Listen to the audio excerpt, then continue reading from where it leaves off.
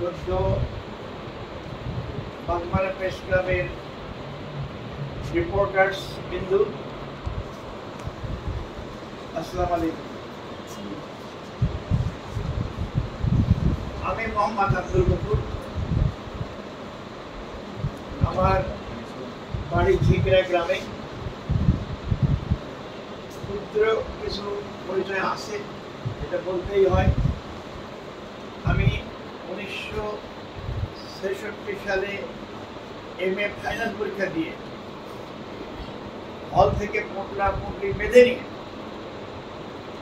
আমি গ্রামে ফিরে যাই।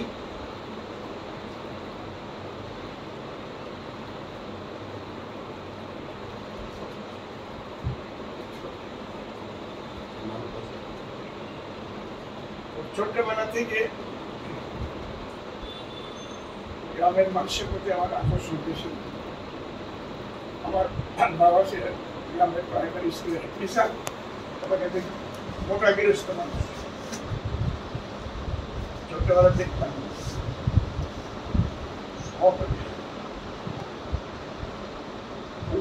গরিব ছিল, বলতে গেলে স্কুলে চালু হচ্ছে অনেকের গায়ে সেটা, কিন্তু অনেকের পাশ সেটা সেন্টেন্স পয়েন্ট সেটা দেওয়া হয়েছে।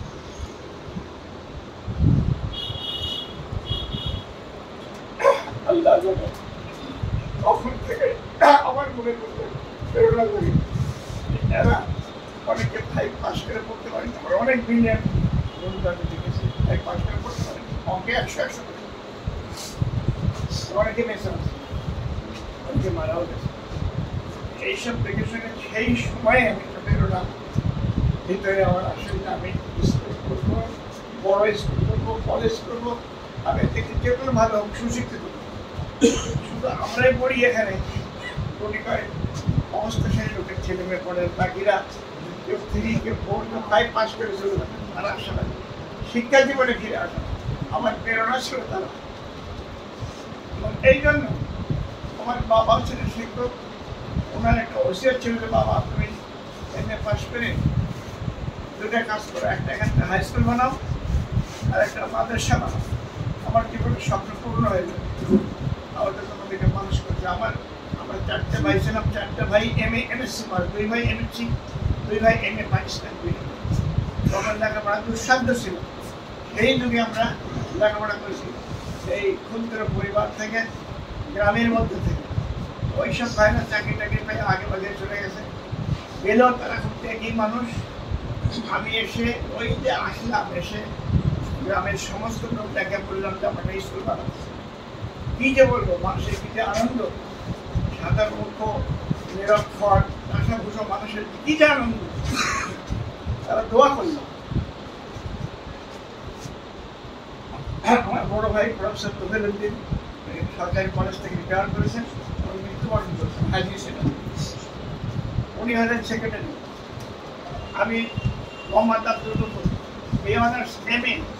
আমি হলাম অবৈতনিক হেডমাস্টার। এই অবৈতনিক ছিলাম আমি 9 বছর। কোনো বেতন পয়সা আমি দিইনি, কারণ তখন শিক্ষক পাওয়া দুঃসাধ্য ছিল। IHC পাস শিক্ষক দিয়ে BHC কাজ করতে হবে। সেই হাই স্কুল বানাতে গিয়ে আমি 9টা বছর গ্রামে ছিলাম। বাপের কাছে ছিলাম, মায়ের কাছে ছিলাম। আমার অন্যান্য ভাইরা তারাও মাঝে মধ্যে খুব হেল্প করতো। বড় ভাই নাটোরগঞ্জের গভর্নমেন্ট কলেজ প্রফেসর ছিলেন, উনি এসে সেক্রেটারির দায়িত্ব নিলেন। বলে ঠিক আছে, আমরা স্কুল ভালোভাবে স্কুল বানাবো। আমার এক ভাই উনি ঢাকা টিচার্স ট্রেনিং কলেজ থেকে রিটায়ার করেছেন, মোহাম্মদ তোফেল উদ্দিন। এই ভাই আমার BSCর দায়িত্ব নিলেন, BHC টিচারের। উনি তখন IHC পাস করে ভবানগঞ্জ স্কুল, এই স্কুলেও বেশ কিছুদিন চাকরি উনি করেছেন, কয়েক মাস।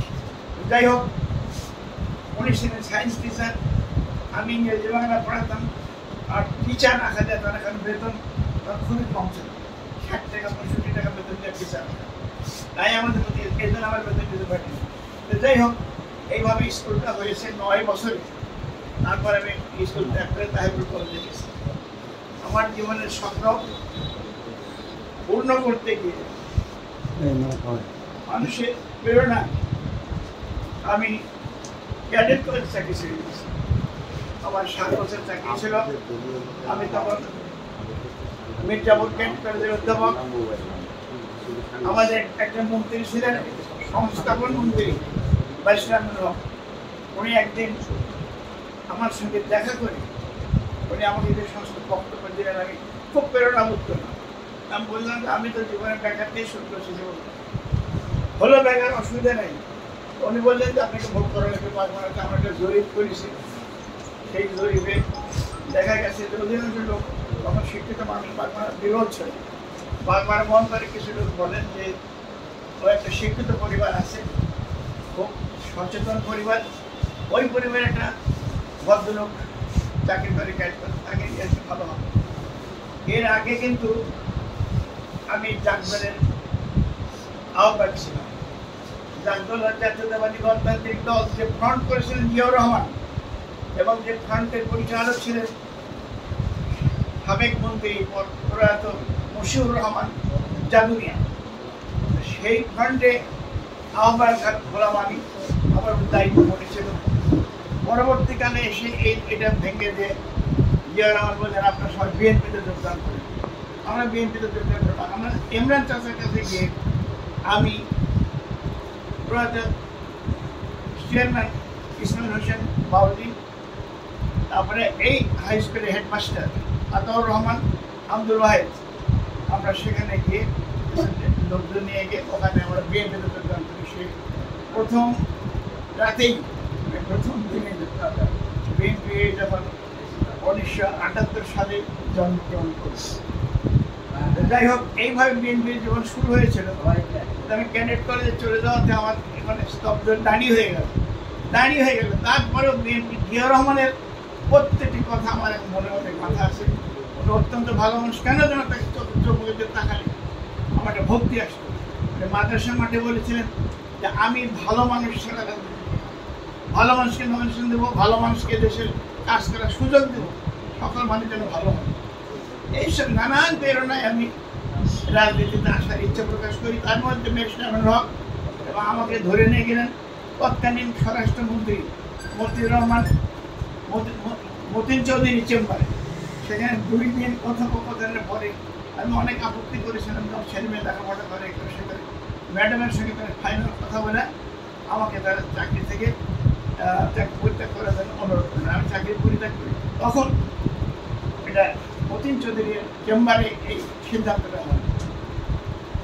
ক্যাডেট চাকরি ছেড়ে দিয়ে আমি যখন আসলাম বাগমারা দোলদণ্ড করলাম জাতীয় পার্টি। সর্দার আমজাদ অনেক সুন্দর এমপি ছিলেন না, উনি ছিলেন মিনিস্টার। ভয়ের লোকদের বলতো যে আর্মির লোক, নতুন দল, এই দলে লোকদের ক্যাপিটাল বলতে পারবো। অনেক লোকই ইচ্ছাকৃতভাবে আসতো না। অনেক প্রেরণা দিয়ে আমরা ঘরে ঘরে গেছি। আমি তো সবসময় all the time I gave my leadership আর I remain in front line. আমি সবসময় যেহেতু চাকরি ছেড়ে দিয়ে এসেছি, আমার কাজ এখন একটাই, আমি বাগমারা মন করে ব্যাপক চষে বেরিয়েছি। এদের অনেক গ্রাম, অনেক ইউনিয়ন আমি ভালোভাবে চিনি মিটিং করেছি। সেই সব জায়গায় যা আমাকে 1996 সালের 15 ফেব্রুয়ারি ওই ভোটের কমিশন দেওয়া হলো। ম্যাডাম খুব উৎসুক হয়ে আমাদের কমিশন দিয়েছিলেন এবং উনি ভালো মানুষ, ভালো কাজটি করেছিলেন। আমি কিছুদিন পরিশ্রম করে একটা এমপি হয়ে গেলাম। সেই এমপি হলাম, হওয়ার পরে কাজ তো করার সুযোগ করলাম না। এই পথে প্রান্তরে যেখানে সেখানে বম ফুটে তারা কেয়ারটেকার গভর্নমেন্ট চায়। কে চায়? আজকের জামাত। সেদিনে আওয়ামী লীগের সঙ্গে একাত্ম,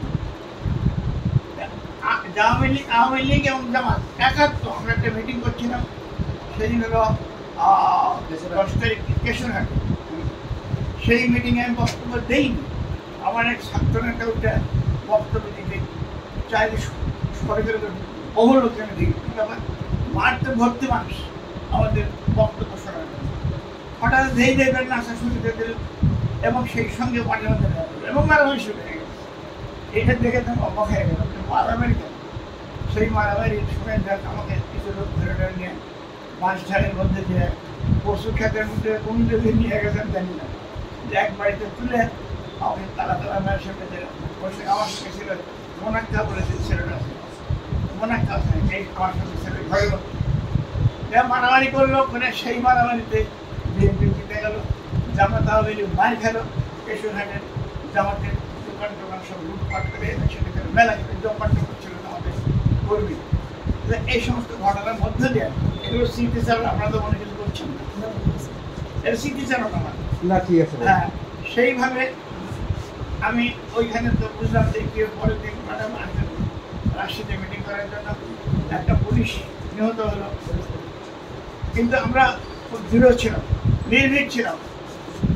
এইভাবে বিএনপির যাত্রা আরো দৃঢ়তর। যাই হোক, সেই বিএনপিটা আজ আমি টিকে আছি, অনেক চড়াই পুতরাই পার হয়ে গেছে, পার হয়েছি।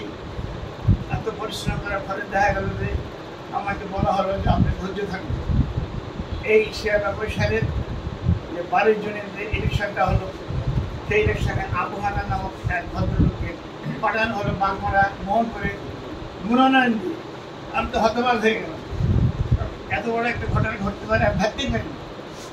কেহ মানে জল শেষে কেহ খাই কই, আমি এটা সহ্য করতে পারলাম না। বাগমারা মোহনপুরের মানুষ প্রচুর পরিমাণে উদ্বুদ্ধ আমার দ্বারা, এবং আমাকে তো একটা প্রফেসর মানুষ, একটা ভালো মানুষ, তাদের ধারণা তাদের অনেক পাবেন, কিন্তু শেষ পর্যন্ত পাইল আহ্বান যখন পরলোক প্রয়াত আল্লাহ থেকে মাফ করুন, মানুষ প্রতিটি মানুষকে মাফ করার জন্য প্রার্থনা করি। তো এমপি হয়ে গেলে আমাকে বলা হলো ধৈর্য ধরলাম, এমপি হয়ে গেলেন, ভাবলাম পরের বারে দিবে, সেইবারে হলো না। আমি খুব ক্ষুণ্ণ হলাম, পরের বারে দেওয়া হলো না 5 বছর। তখন আমাকে এইখানে আমাকে সভাপতির দায়িত্ব দেওয়া হলো, কাউন্সিল হলো, এখানে বড় ধরনের কাউন্সিল, বিশাল কাউন্সিলের মাধ্যমে আমি সভাপতি হলাম। সভাপতি হওয়ার পরে চিন্তা করলাম এই আরেক দায়িত্ব, মানে মনে করলাম বাজে দায়িত্ব। কি কারণে প্রত্যেক পয়সা খরচ করতে হয়, মানে লোকজন তো কষ্ট করে আসে দূর দূরান্ত থেকে, তারপর ধানের টাকা, তারপর ভুটভুটির টাকা, তারপর নৌকার টাকাও আমি দিয়েছি বর্ষার সময়। এইভাবে খরচপত্র করতে হয়, এখন করতে হয়, কিন্তু আমি অম্লান বদলে এরকম করেছি। এই কারণে আমি কারো কাছে 4 বছর চাই, কেউ নবডি, ইভেন সেই তৎকালীন এমপি বললেন 20টা টাকা দিয়েও বলেনি লোকের আপনি দলের জন্য খরচ করবেন। এককভাবে আমি টাকা খরচ করতে পকেটে চ্যালেঞ্জ করে বলতে পারি কি আমাকে 10 টাকা হবে। 7 বছর সভাপতি ছিলাম বাংলা, আমি দল ছেড়ে চলে গেলাম। এটা আমি তোমার ব্যবস্থাকে লোকেশন দেওয়া হবে দল।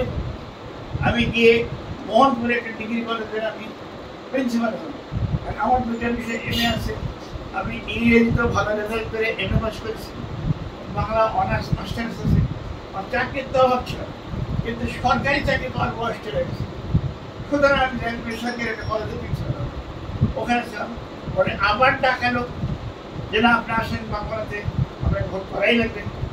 ইতিমধ্যে ওই যে ঘটনা ঘটে গেছে, বিবিসিকে সাক্ষাৎকার দিল তৎকালীন এমপি, বলল যে এখানে বাংলা ভাইয়ের উৎপত্তি হলো কেন, তার ব্যাখ্যা হলো এই ম্যাডাম যে বাংলা ভাইকে উৎসাহিত করেছে এবং তিনি জঙ্গি এমপি। এই কথা বলা পরে আমরা যেমন ক্রুদ্ধ হলাম, আমরা যেমন উন্মাদ হয়ে এই কথা কেন বলে, সম্পূর্ণ মিথ্যা, দল করবে না, মিথ্যা একটা অপবাদ ম্যাডামকে দাও। ম্যাডাম আসলে খুব শান্তিবাদী, প্রগতিশীল, মনের অধিকারী এবং অত্যন্ত গণতন্ত্রমনা। উনি তো ইয়ের সময় এই সন্ধ্যের সময় গণতান্ত্রিক আন্দোলন করতে গিয়ে পুলিশের বাড়ি গিয়েছেন, আহত হয়েছে। এই ম্যাডামকে এইভাবে তো বলা ঠিক হতো না, আমরা খুব ক্ষুব্ধ হলাম। যাই হোক, আমরা আমাকে আবার টাইমে আবার আসলাম একটা কারণে, আমি চাচ্ছিলাম যে কোনোভাবে যেন এমপি হতে পারি, আমার বাগমারাটাকে করে নেবো সুযোগে। আর আমার নিজের গ্রামটাকে গড়বো, এরকম সদস্য গ্রাম এখানে আসে, সেই গ্রামগুলো গ্রামের মানুষের গ্রামের উপকার করার চেষ্টা করি, এটা ছিল আমার মন। নমিনেশন দিল 2008 সালের 29শে ডিসেম্বর ভোট হল, নবম সংসদ। আমি বাগমারার মানুষের কাছে কৃতজ্ঞ, ব্যাপক ভোট তারা দিয়েছে। তারা টেলিফোন করে হাজার টেলিফোন সারা ভোট দিয়ে আসলাম এমপি আপনিই হবেন। কিন্তু দেখা গেল কিছু লোকের ষড়যন্ত্র ছিল, পুলিশ ইভেন তখনকার দিনে আর্মিও, হ্যাঁ এটা বলা ঠিক হলো না, আমার আর্মি হয়তো ছিল না, শোনা কথা, কিন্তু পুলিশেরা কিছুটা উদ্বুদ্ধ হয়ে এই ভোট কারচুপি করলো এবং আমার লোকজনকে অনেক সময় ভোটের সেন্টারটা বের করে দিল, নানাভাবে তারা ভোট কিছু বেশি। তারপরে আমি প্রায় 85,000 ভোট পেয়েছিলাম, এটা কম কথা নয়। বাংলার আপামার জনসাধারণের কাছে চিরকৃতজ্ঞ, আমি এমপি হতে না পারলেও আমি তাদের কাছে কৃতজ্ঞ, কারণ তারা আমাকে বলতেছে। আমার অক্ষমতাদের ধরে রাখতে পারি নাই, চোরকে চিনি নাই, চোরও আমার সাথে ধরেছে। তো এইভাবে যারা ক্ষতি করলো, তারা ক্ষতি শুধু আমারই করে নাই, আমার অর্থের ক্ষতি করে নাই, মানুষ ক্ষতি শুধু আমার করে নাই, গোটা বাংলাদেশের যে আশা আকাঙ্ক্ষা ছিল সেটা পূর্ণ হয় নাই। তারপরে শুরু হলো এই যে 10ম সংসদ, 71 সংসদ, আমাকে আবার মনোনয়ন দেওয়া হলো এবং সেইখানে আমি এমন অবস্থার বিভাগে পড়ে গেলাম, আপনারা অবাক হবেন। মানুষ যাতে চোর হতে পারে, ধরেন বিশ্বেরাও চোর, তারাও বিভিন্ন হবে। ওই আমাকে নাম কাটায় আমাকে বাদ দেওয়ার জন্য বহু চেষ্টা করেছে। এটা আমার সন্তান যারা ছিল, যারা ঢাকা ইলেকশন কমিশন পর্যন্ত যারা গেছে ধরেছেন, তারাও জানে এইরকম একটা উৎপাত, অত্যাচার, একটা অন্যায় আচরণের মধ্যে দিয়ে আমাকে তারা ডুবানোর চেষ্টা করছিল। সেই সব দিক চলে গেছে। আর খালেদা জিয়া আমাদের অত্যন্ত প্রিয় ম্যাডাম, শুধু না 18 কোটি মানুষের ম্যাডাম, এবং তিনি আসলেই ভালো মানুষ। এ ভালো মানুষটি কি সংখ্যা আমি দেবো, আমি কাউকে খুশি করার জন্য বলছি না। উনি আসলে গণতান্ত্রিক চেতনার মানুষ। উনি জিয়া রহমান বাকশাল ভাঙ্গা, একদলীয় আওয়ামী লীগের সরকার বাকশাল ভাঙ্গা উনি বহুদলীয় গণতন্ত্র চালু করেছিলেন। জিয়া রহমানের অবদান এই বাংলার কোনো মানুষের, একটা মানুষের ভোলা উচিত না। উনি যা করেছেন, কথা বলার অধিকার দিয়েছেন, সেই জিয়া রহমানের স্ত্রী উনি, এবং তিনি সবসময় গণতন্ত্রের পথে হেঁটেছেন এবং এটা হাঁটতে গিয়ে তিনি এসব সময় পুলিশের বাড়ি খাইছেন, মার খেয়েছেন, ধিক্ষিত হয়েছে না। এখন তাকে বন্দি করা শুধু নয়, তাকে লাঞ্ছিত করা শুধু নয়, তাকে হত্যা করার ইচ্ছা হয়েছিল আওয়ামী লীগের নেত্রী, এই জোর করে ক্ষমতা দখল করা নেত্রী এই হাসিনা, শেখ হাসিনা। শেখ হাসিনা অত্যন্ত দুর্দান্ত, নিষ্ঠুর এবং নির্মম একটা মহিলা। তার চরিত্র অত্যন্ত অত্যন্ত কি বলে দেবে, এক নারী চরিত্র সাধারণত কমনীয় হয়ে থাকে আমাদের জানা ছিল। তার হত্যাকাণ্ডের যে পদ্ধতি, আপনারা যদি কেউ কখনো ওই আয়না ঘরে যান, শুধু আয়না ঘরে যাওয়া না, ওইখানে আয়না ঘরে বিভিন্ন রকমের অত্যাচার ছিল। 3 ফুট উঁচু, 3 ফুট প্রস্থ, 3 ফুট লম্বা, একটা ঘরের মধ্যে কোনো মানুষ থাকতে পারে। নিয়ে যে দামি দামি মানুষ ওইখানে বিএনপির নেতৃবৃন্দকে, জামাতের নেতৃবৃন্দকে ওইখানে আটকে রেখে দিনের পর দিন শুকনো হয়ে না খেয়ে অনেকে মৃত্যুবরণ করছে। কত লোক যে মারা গেছে হিসাব নেই। এই যে সেদিনও শেষ পর্যন্ত যে 25 থেকে শুরু করে যে হত্যাকাণ্ডটা শুরু হলো এবং আগস্টের 4 তারিখ 5 থেকে যেটা চললো, এই হত্যাকাণ্ডে কত লোক মারা গেছে আজও নিরূপণ করতে পারেনি সরকার। সরকার ব্যর্থ। আমরা কেউ বলি 1400, কেউ বলি সরকারিভাবে বলেছে 1400, কিন্তু 2000 হত্যাকাণ্ডের খবর পাওয়া গেছে। তারপরে আরও আছে যেসব হত্যাকাণ্ড যারা নিহত হয়েছেন তাদের খোঁজখবর নেই। এইভাবে এই নিষ্ঠুর, নির্মম এবং নারী নয়, নারীর এক রাক্ষসী হচ্ছে এইভাবে বাংলাদেশে কিন্তু স্বাধীনতা হরণ করে নেই। সে এত বড় ডেসপট, এত বড় নির্মম একজন ছিল, মানে একনায়ক ছিল, যে সে দরকার হলে সে ইয়েকে, মানে আমাদের নেত্রীকে, মানুষের মূল কণ্ঠের যিনি নেত্রী, তাকে হত্যা করার জন্য বহু চেষ্টা করেছে, কিন্তু উনি প্রকাশ্যে বিশাল বড় যেটা তা হয়তো পারেননি। তাকে তিলে তিলে এমন কষ্ট দেওয়া হয়েছে যে কষ্ট কোনো মানুষ কখনো জীবনে ভোগ করে না। এত কষ্ট তাকে হত্যা, পাগল বানানো হয়েছে, তাকে স্লো পয়জনিং করা হয়েছে এবং তার শরীরের সারবত্তা বের করে নেওয়া হয়েছে। এইভাবে নির্মম নির্যাতনের মাধ্যমে তার অভ্যন্তরে এই মহিলাকে, এই ভালো মানুষটিকে কষ্ট দেওয়া হয়েছে। শেষ পর্যন্ত যাই হোক, যাদের বদলে এই আমরা মুক্তি পেলাম, তারা ছাত্র, অগ্রগামী, তারাই ছাত্র ছিল। তার সঙ্গে জনতা যোগ দিয়েছে, বিএনপির লোকেরা যোগ দিয়েছে, বিএনপির ছাত্র সেখানে ছিল। সবাই মিলে এক মহাযজ্ঞ, উনি ভয়ে দেশ পালিয়ে গেলেন। এখন আছেন ভারতে, দিল্লিতে বসে বসে আমরা শুনি, এখন তো সবাই ইউটিউবে দেখে, পত্রিকা দেখে, ওখানে বসে বসে তিনি ষড়যন্ত্র করছেন, ওখানে বসে বসে তিনি ষড়যন্ত্র করছেন। আর এই মহিলা পালিয়ে গেলেন মিলিটারি হেলিকপ্টারে। এমন একটা দিন আসবে, মিলিটারি হেলিকপ্টার কে দিল প্রশ্ন, এমন একটা দিন আসবে কীভাবে মিলিটারি ইয়েতে একজন স্বৈরাচারিণী, একজন খুনি, হত্যাকারী, নিজের মানুষকে যে চেনে না, মানুষকে মেরে নিজের ক্ষমতায় থাকার তার অভিলাষ, সেই স্বৈরাচারিণী মহিলাকে কে তাকে পালানো সুযোগ দেবে? হয়তো এসব প্রশ্ন নিশ্চয়ই উঠবে। হ্যাঁ, আমরা হয়তো থাকবো কি থাকবো না জানি না, অনেক জিনিস ঘটে অনেক পরে। যাই হোক, এই যে রাজনীতি আমি একে ধরে আসি, মূল কারণ বিএনপি আমার পছন্দ হয়। প্রথম জিয়াউর রহমান বিসমিল্লাহির রহমানির রহিম যেদিন ঘোষণা করলেন বুলন্দ কণ্ঠে টিভিতে প্রথম বক্তৃতায়, সেই থেকে বুঝলাম আমার বাবা হাজির ছিলেন। বাবা বলে যে এই লোক অত্যন্ত ভালো। জিয়াউর রহমান মৃত্যু করে আমার বাবা 3 দিন ভাত খায়নি। কোনো গল্প কাহিনী না, অল্প কাহিনী না, বাস্তব কাহিনী। তিনি বুড়ো মানুষ, দেশ খুব ক্ষতিগ্রস্ত হল। একটা কথা বলেছেন, শিক্ষক মানুষ হলো, তাই জিয়াউর রহমানের মতো নেতা আসলে বাংলাদেশে জন্মগ্রহণ করে নাই। তার মতো সৎ, তার মৃত্যুর পরে দেখা গেল তার ব্যাগ, তার তার ইয়ে ছিল, টি শার্ট ছিল, তার ইয়ে ছিল, এই সমস্ত পোশাক ছিল 2 নম্বরের, মানে পুরাতন একটা প্রেসিডেন্টের পোশাক আশাক। তো এই যে ঘটনাগুলো, এই যে মানুষগুলো, আপনারা অবশ্যই চিন্তা করবেন, দেশের যারা ত্যাগী মানুষ, যারা দেশকে ভালোবাসে, এই মাটিকে ভালোবাসে, সাধারণ মানুষকে যারা ভালোবাসে, তাদের যে রাজনীতি, এই রাজনীতি হিসাবে বিএনপি করে। তাছাড়া বিএনপি করার এমন কোনো যুক্ত বাংলাদেশে নেই। আর আওয়ামী লীগ করার বা তার আশপাশে যাওয়ার কোনো প্রশ্নই ওঠে না। কারণ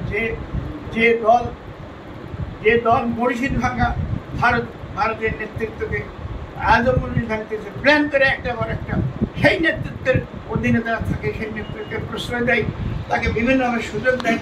তার এই দেশের মধ্যে কাজ করে আমাদের অনেক সৈনিককে মেরে ফেলেছে, অনেকে এসে। তো আমি সেই জন্য বিএনপি করি, এখনও করি, ভবিষ্যতে কদিন আছে বিএনপিতেই থাকবো। রাজনীতি আমাকে করতে হবে, তারা নীতিগত আদর্শগত হবে। বিএনপি একটা মধ্যপন্থী দল। আল্লাহ রসুল বলেছেন তোমরা সবসময় মধ্যপথ অবলম্বন করো। Always follow the golden mean. I do that, আমি তাই করি। এটা রাজনীতির ক্ষেত্রে চিন্তা ভাবনা করলে বিএনপি একটা অত্যন্ত ভদ্র এবং সুশিক্ষিত মানুষের দল। এরা তো বদলাবে, খারাপ কিছু হলেও হতে পারে, আবার ভালো হলে। এইখানে একটা মধ্যপথ আছে বিএনপি কিন্তু মধ্যপন্থী একটা দল, এটাকে ভালোবাসি। আমার ছেলে রাজনীতিতে একটা কথা বলি, আমার ছেলে ক্যাডেট কলেজ ছাত্র, সে প্রতিযোগিতা করে ক্যাডেট করে ভর্তি হয়েছে। এটা মামার বাড়ি আপনার ছিল, তাই সে ম্যাট্রিকের তৎকালীন যুগে স্টারের উপরে বেশি মার্ক পাওয়ার ছিল, ব্রিলিয়ান্ট ছাত্র। সেই ছেলে আর্মিতে গেল। তখন আমার আরও 3টা ছেলে 4টে ছেলে পড়াশোনা করে। আমার এক ছেলে কলেজের প্রফেসর, এক ছেলে ডাক্তার, খুব নাম করা অর্থোপেডিক সার্জন, আর এক ছেলে এই বোর্ডে ফার্স্ট হয়েছিল, রাজশাহী বোর্ডে 1993 সালে। যারা জানেন ওই সময় এই বোর্ডে ফার্স্ট হয়ে গোল্ড মেডেল পেয়েছেন। এই ভবানীগঞ্জে হল ঘরে তখনকার ইউনো তাকে সম্বর্ধনা দিয়েছে সেই ছেলেকে, ফার্স্ট হওয়া ছেলে। সে এখন আমেরিকায় আছে। তো আমার 4 ছেলের মধ্যে সবাই আল্লাহর রহমতে খুব ব্রিলিয়ান্ট। এটা আপনাদের দোয়া এবং আল্লাহর দয়া। তা না হলে যে পরিবেশে আমি ছিলাম, ঝিকিরের মতো একটা গ্রামে, আমার ছেলে মেয়ে এত ব্রিলিয়ান্ট হওয়ার কথা ছিল না। আল্লাহর দয়া ছাড়া কিছু নয়। আমি তাই মনে করি এবং আল্লাহ শুকুর সবসময় প্রচুর করি, প্রকাশ করি যে আলহামদুলিল্লাহ আল্লাহ আমাকে দিয়েছে। সেই ছেলে আমার অনেক স্বপ্ন ছিল। এই একটা ঘটনা ঘটেছিল আর্মিতে, আপনারা জানেন না। সেই ঘটনার ইতিহাস অত্যন্ত গোপন, কেউ জানে না। এই ছেলে আমাকে বলেনি, পরে আমি শুনলাম যে একটা কূপ হয়েছে। সে কুতে খালেদা জিয়াকে অ্যারেস্ট করা এবং তৎকালীন যে চিফ ছিল, ডেপুটি চিফ ছিল জেনারেল মাহবুবুর রহমান, তাকে হত্যা করা এবং ক্ষমতা দখল করা সেই রাত্রে সবই ঘটেছে, এক রাত্রে সবই ঘটেছে। এবং রংপুর, নীলফামারী, বগুড়া, তারপর যশোর বিভিন্ন জায়গা থেকে ওরা ওয়ারলেস করে সেনাবাহিনীকে ওই যমুনার পশ্চিম ধারে জড়ো করেছিল যে তোমরা ঢাকায় মার্চ করো। কিন্তু ঢাকায় তখন শক্তিশালী একটা উনি ছিল বিএনপি সমর্থিত বা বিএনপি সমর্থন করে ওই একটা শক্তিশালী গ্রুপ ছিল আর্মি। তারা বলল তোমার একটা পার হলে মাথা কাল খুলি থাকবে না। ঢাকা ক্যান্টনমেন্ট, তারপরে সাভার ক্যান্টনমেন্ট, তখন ইমামুজ্জামান ছিলেন সাভার ক্যান্টনমেন্টের মেজর জেনারেল ইমামুজ্জামান, উনি ছিলেন সাভার ক্যান্টনমেন্টের মালিক। কঠিন একজন মানুষ, তাকে কী পরিমাণে কষ্ট দিচ্ছে, একটু কষ্ট দিলাম পরে তাকে ধরে এই শেখ হাসিনাতে তাকে গায়ে আগুনের টাকা দিয়ে দিয়ে তাকে এত কষ্ট দিচ্ছে। আপনারা এও জানেন এই যে আমাদের গোলাম আজম জামাতের এপার বাংলার নেতা, তার পুত্র ব্রিগেডিয়ার আজমিরি, পুরো নামটা আমি মনে করছে না, আজমিরি। এই ব্রিগেডিয়ার আজমিরি একটা ইতিহাস আছে, উনি এই বাংলাদেশের আর্মির ইতিহাসে প্রথম উনি ইউনিভার্সিটি পরীক্ষায় ফার্স্ট হন, হয় উনি উসমান গোল্ড পদক পান এবং পিটি প্যারেডে উনি ফার্স্ট হন একই সঙ্গে, এবং তিনি সোডা অনার পান। এই এক ব্যক্তি তিনি দুই বিষয়ে ফার্স্ট হয়ে, দুই ব্যাপারেই ফার্স্ট হয়ে সোডা অনার হয়েছে। এইরকম একটা ব্রিলিয়ান্ট অফিসার, খুব ব্রিলিয়ান্ট। খালেদা জিয়া তাকে খুব স্নেহ করতেন, ইভেন সে হয়তো একদিন স্বাভাবিক থাকে যে চিফ অফ আর্মি স্টাফ হয়ে গেছে। তো সেই ভদ্রলোককে ধরে নিয়ে ওই আয়না ঘরে রাখছেন, 7 বছর থেকেছেন। তার বউ তাকে ডিভোর্স করে চলে গেছে, থাকতে পারে 3টে ছেলে মেয়ে। তার ওই এই যে ছাত্র জনতার যে অভ্যুত্থান, তাকে বলা হচ্ছে দ্বিতীয় স্বাধীনতা।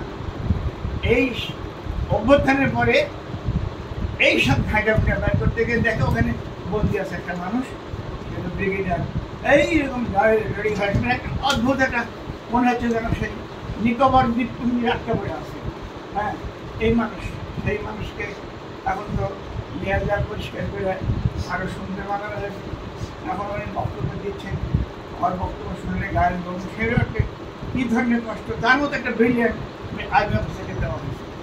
আমার ছেলে অত ব্রিলিয়ান্ট না হলেও সে একজন খুবই মানে আমাকে ওই জেনারেল যখন দাওয়াত করলো, আমাকে আমার স্ত্রীকে, আমরা এখান থেকে ওয়ার্কিং ট্রেনে দিয়ে আমরা গেলাম, যা সেই জেনারেল মাহবুবুর রহমানের বাসায় সেনাকুঞ্জে আমার ছেলের গাড়িতে আমরা গেছিলাম, আমাদেরকে স্বামী স্ত্রী আমাদেরকে রিসিভ করলো, খাওয়া দাওয়া হলো। তারপরে আমার ট্যাকে নিয়ে তাকে রুমে বলছে, প্রফেসর আমি আপনার ছেলের জন্য 2 বছরের জন্য রিকমেন্ড করেছি, তা আমি সাধারণত করি না, কারণে করেছি আপনার টাকা বলছেন আপনি কী করে বলতে। হ্যাঁ, আপনার ছেলে মেয়ে 5টা ছেলে মেয়ে একসঙ্গে লেখাপড়া করে, তারপরে আপনি একজন একটা টিচার মানুষ, আমার টাকার দরকার, এই জন্য ছেলেকে আমি 1 বছর ভাড়া দিচ্ছি বিদেশে।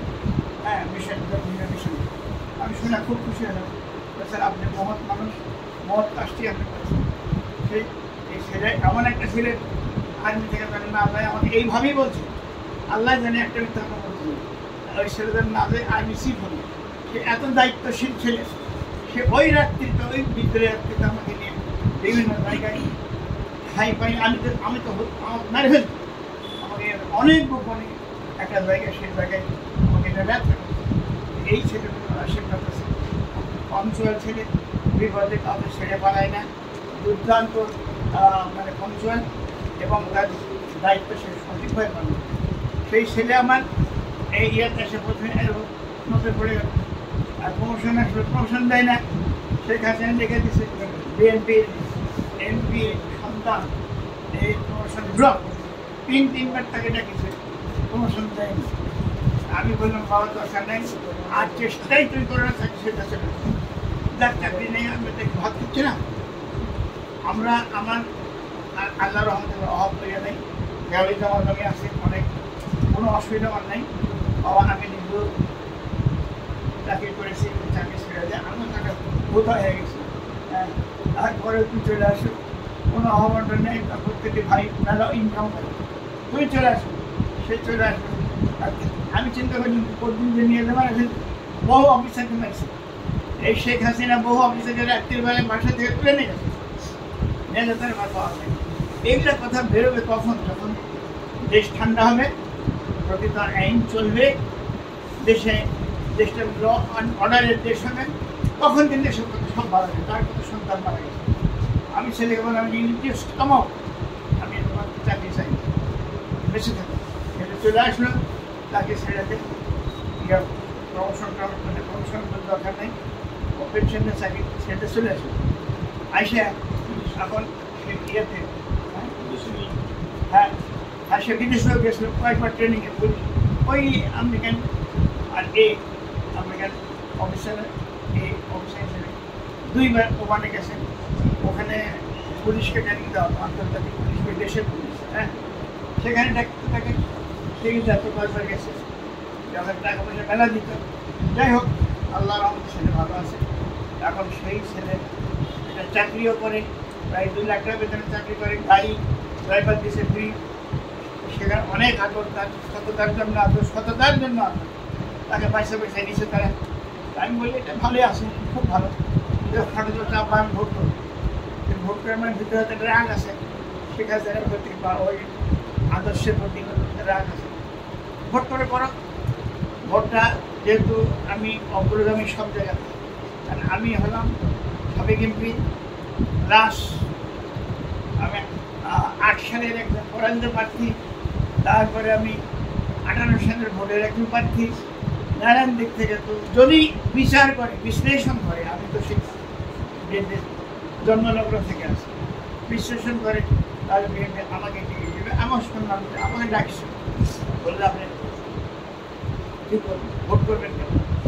আমি সত্য সত্য কথা বললাম যে ভোট করবো না, আমার ছেলেকে নিয়ে গেছে, আমার এই ছেলে যোগ্য মনে করে তাকে আমাকে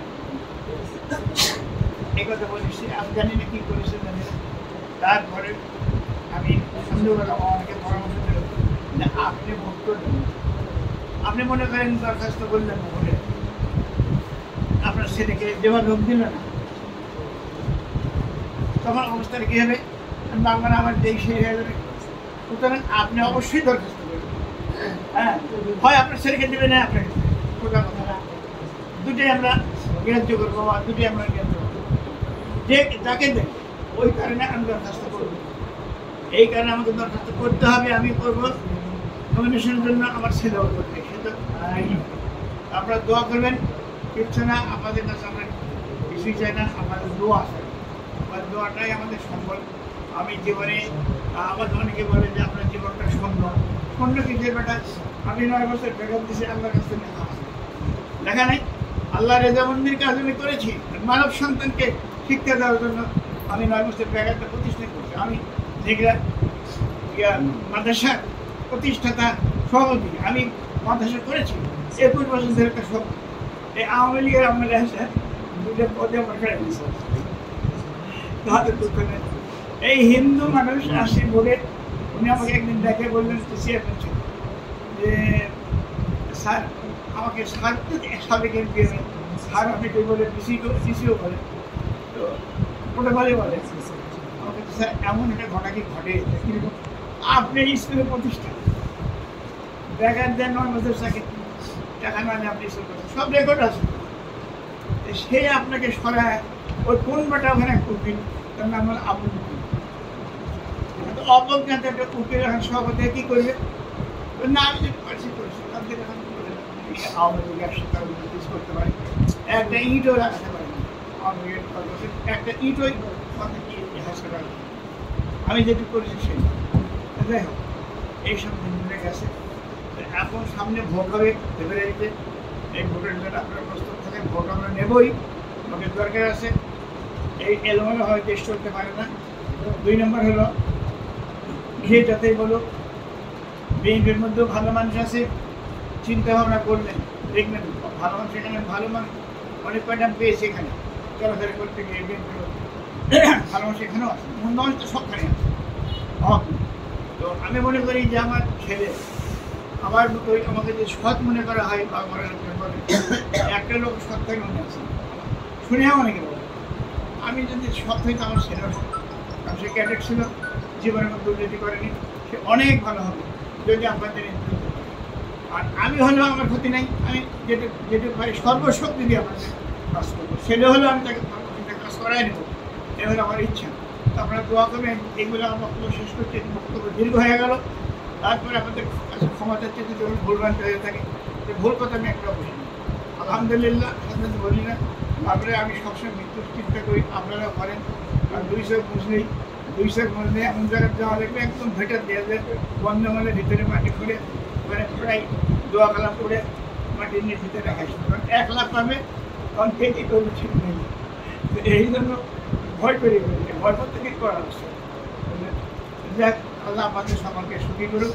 আপনারা ভালো থাকেন বাংলার সমস্ত সাংবাদিক জানি তারা কোনো পয়সা করি পান না তারা খুবই কষ্টে জীবনযাপন করেন তবুও তারা যে পবিত্র দায়িত্ব পালন করছেন এই জন্য আমি তাদেরকে উৎসাহিত করি তাদেরকে আর দোয়া করি আল্লাহ তাদের ছেলেমেয়েদেরকে ব্রিলিয়ান্ট করুক ভালো করুক তারা ভালোভাবে জীবন পরিচালনা করে দোয়া করে শেষ করছি আল্লাহ হাফেজ বাংলাদেশ জিন্দাবাদ ম্যাডাম জিয়া জিন্দাবাদ তারেক রহমান জিন্দাবাদ শহীদ প্রেসিডেন্ট জিয়াউর রহমান জিন্দাবাদ বিএনপি বাংলাদেশ ন্যাশনাল পার্টি জাতীয়তাবাদী পার্টি জিন্দাবাদ